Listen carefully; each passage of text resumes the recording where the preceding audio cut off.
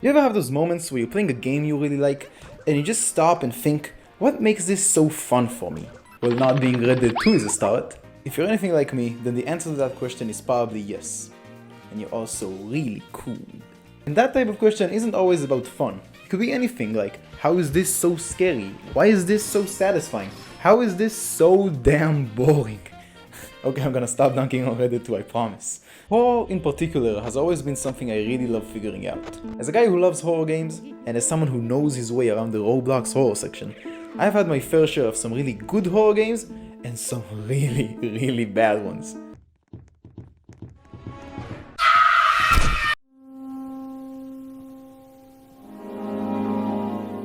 And then Lethal Company comes out and just knocks everything else straight to the trash, making it look like fucking Peggle. And now I'm done dunking on Red Dead 2. Seriously, from the very first clip I've seen of this game, I just knew it had something special about it. And from the way too many hours I've played it with my friends, I can definitely say very few games have made me genuinely terrified as much as Lethal Company did. Aww. So naturally I asked myself, what is it about this one game that makes it so much scarier than everything else? I mean, in concept it's kind of like Phasmophobia, but come on, that shit ain't scary. It doesn't really have any jump scares or like extreme gore or something, and honestly it's kind of goofy most of the time.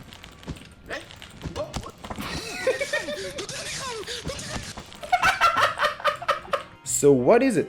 What is it about Lethal Company that makes it as scary as it is? And in a broader sense, what makes horror games not only scary, but good in general? To answer that question, we're gonna divide horror games into two main categories, and then we'll see how Lethal Company uses those categories' advantages to be as spooky as it is. So what are the two main types of horror games? Well, the first type is the jumpscare type, which is basically just Fnaf. And you're probably thinking, oh well, that's way too specific, and you're right. So to make up for it, give it up for a second type of horror games, the survivally, way less jumpscares type, which is basically just everything else. Dumbass categorization. I know this categorizing is very arbitrary, but I've already built my point around it, so it stays. Yalla, let's go! Put up the Fnaf gameplay. Fnaf is one of the most intricately designed horror games I've ever played. Nah, just kidding, it's mostly... But there are some underlying mechanics that really amp up the tension and make this squiggling JPEG feel more scary. You have to actively manage your power supply, constantly check for movements, all while the hours slowly go by as you get closer to both winning and losing at the same time. And these types of mechanics aren't scary by themselves, but they do imply something scary. If your power runs out, game over. If you miss something on the camera or the doors, hey yo! And don't even get me started on what is by far the scariest part of these games. Let's see what's up with this lore everyone's talking about. 9 hours?! Still, the regular Fnaf games rely just a bit too much on jump scares in my opinion, and as a result they can get kind of stale pretty quickly. So yeah, that's all I got about Fnaf, but now we can move on to the second type of horror games. Damn, this place is nice. These types of games focus more on slowly but surely creeping the player out. Instead of immediately, you know, they do this by building a really unsettling environment, using sounds and visual cues to build up unease for the player as they go along. And only after they build up enough stress, they hit you with the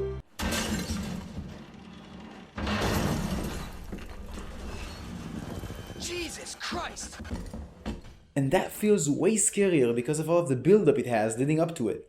A lot of these games will have some sort of unstoppable force chasing the player throughout the game, like Mr. X from Resident Evil 2 or Slenderman from...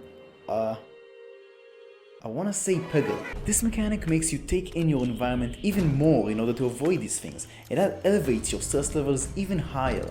And on a side note, I know that so far it seems like there's not much of a difference between these two types of games, but the point I'm making here is that this type of horror leans way more into implying scary things rather than relying almost exclusively on jump scares in order to be scary. For example, if you'd ask someone to tell you about a scary moment from a game like Fnaf, then they'll probably get to the jump scare pretty quickly.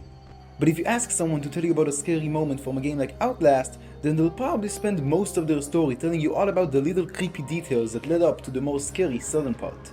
And again, this categorizing is pretty arbitrary, so no game fits completely into one category. With Slenderman, for example, many aspects of it are implicit, like the ominous notes or the confusing environment that makes you feel lost, but at the end of the day, the scary part is when you get jumped by Victor Wembanyama wearing a Halloween costume. So back to our topic, the best part of these games is that they make you feel different levels of spooky, rather than just, going from kinda spooky to... Also, since these games rely on things that can change, like the environment, they can always mix things up and throw you in a new creepy place that you have to figure out. Meanwhile, games that rely on jump scares usually can't do that type of thing. Even if every new Fnaf game has a different environment, the only thing that varies in the game itself is the animatronics. And at the end of the day, a jump scare is mostly scary because of how sudden it is, and that's true regardless of whatever thing is being thrown at you. I've seen you a million times, Bonnie. You're not here. However, even in these types of games, you likely spend most of the game in the same one or two environments, and that can create a sense of familiarity that takes the edge off of you. Couple that with a game taking way too long to actually deliver on the creepiness it's building up, and you can easily end up feeling pretty numb for most of the game. And I don't want to feel numb, I want to piss my pants.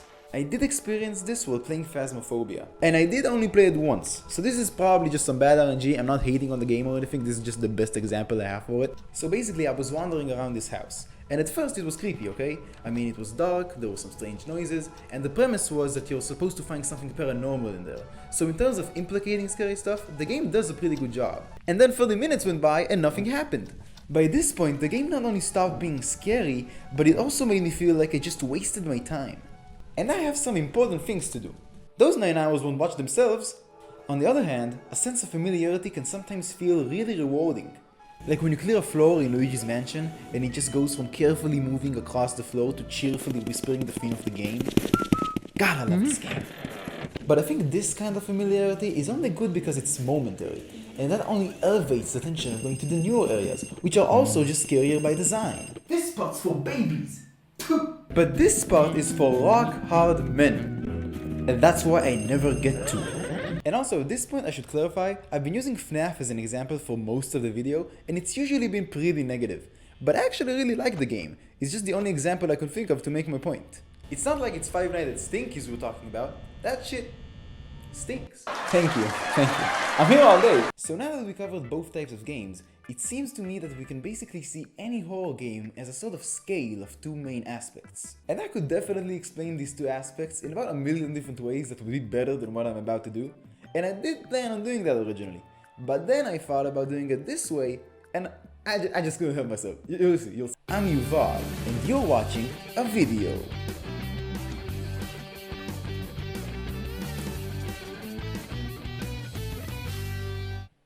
I hope you understand my reasoning. So on this side of the scale we have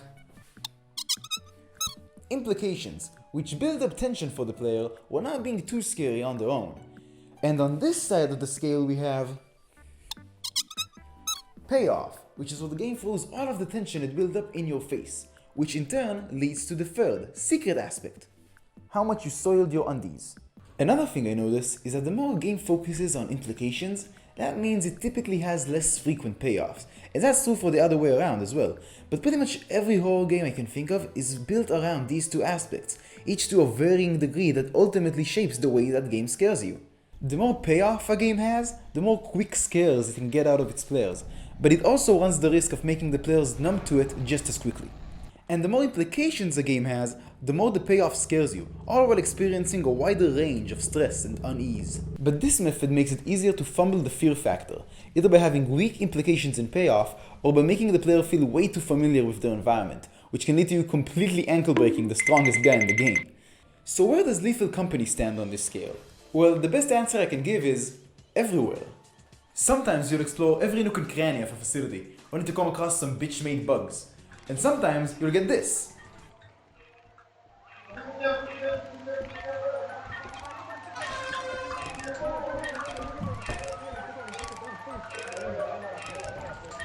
אני חי.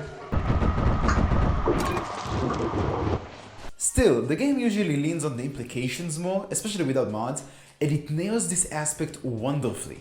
The sheer variety of monsters, their patterns, the randomly generated maze, they all create a new set of implications every time you land. You learn to spot the unique signs of every creature, like the webs of a spider that's crawling around, the open vent that means something spawned nearby, the yippies from these bitch-made bugs. Again, this scared the shit out of me.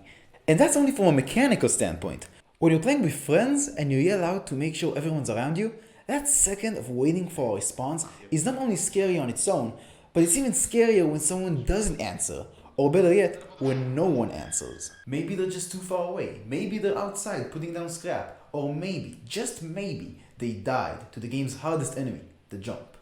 This game's implications put me on my toes so easily that I very commonly find myself having to take a second to get the shivers off of me. And it does that all without throwing a single man-made atrocity in my face. It does that later. Oh my god. The payoff varies widely as well.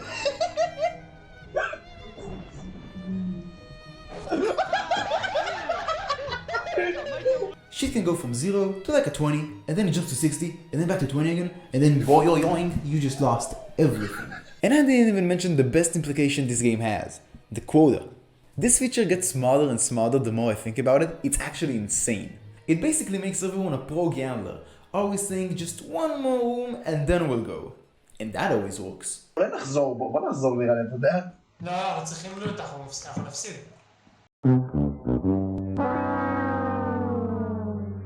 Oy. If your run is going well, what's the harm in exploring just a little bit more? Just a smidge. And if your run is going badly, you can't just leave empty-handed. What's that? There's a nutcracker 2 rooms to my left? And a slime guarding the door? Yeah, Yeah, 3/4 chance, yeah.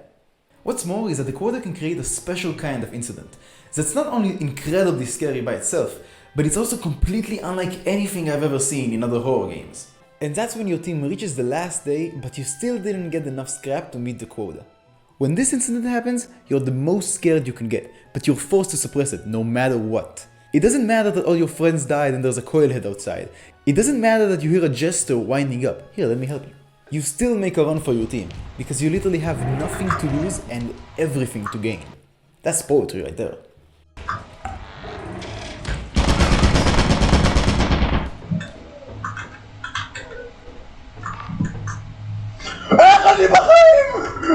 Man, if I had a penny for every time a game I really liked had a really good 3-day cycle mechanic, I'd only have 1 penny because ain't nothing like Majora's Mask, you hear? So in regard to my original question, what makes horror games good? My answer would be that horror games can be so varied and so fundamentally different in how they try and scare you that I don't believe there is necessarily a one-size-fits-all formula for them to be good. But I will say that if a game is faster and it's made to be replayed over and over again, then frequent and flashy payoffs are a good way to go about being scary. And if a game is made to be longer, typically with a story and almost always with a bigger world to explore, then I would say that focusing on laying out subtle implications while intentionally cutting back on big and sudden scares just to make sure they hit hard and don't get stale is also a good way to go about it. But I do think there is a secret sauce that takes horror games, in whatever shape they may be, from being pretty scary for a while to being consistently terrifying. And that sauce is variety. Stuff like mixing up the enemies, the environments, even the pacing of the game. It's what makes the player always unsure of what's to come. And I think that sense of uncertainty is what horror games are all about. And that's really what makes Lethal Company so terrifying no matter how much I play it. The game is built in a way that's made to be added to. There are always new maps, new enemies, new mechanics, either made by the dev himself or by the incredible modding community this game has. The game's community is also just so lively. They're always coming up with new strats and playstyles, and that adds quite a bit to the game. Couple all of these aspects with just how random the game is, and that's how Lethal Company makes you all kinds of scared while always wanting more. Good job, Zekers! יש פה אנשים? תנמק. תשכור את הדלת!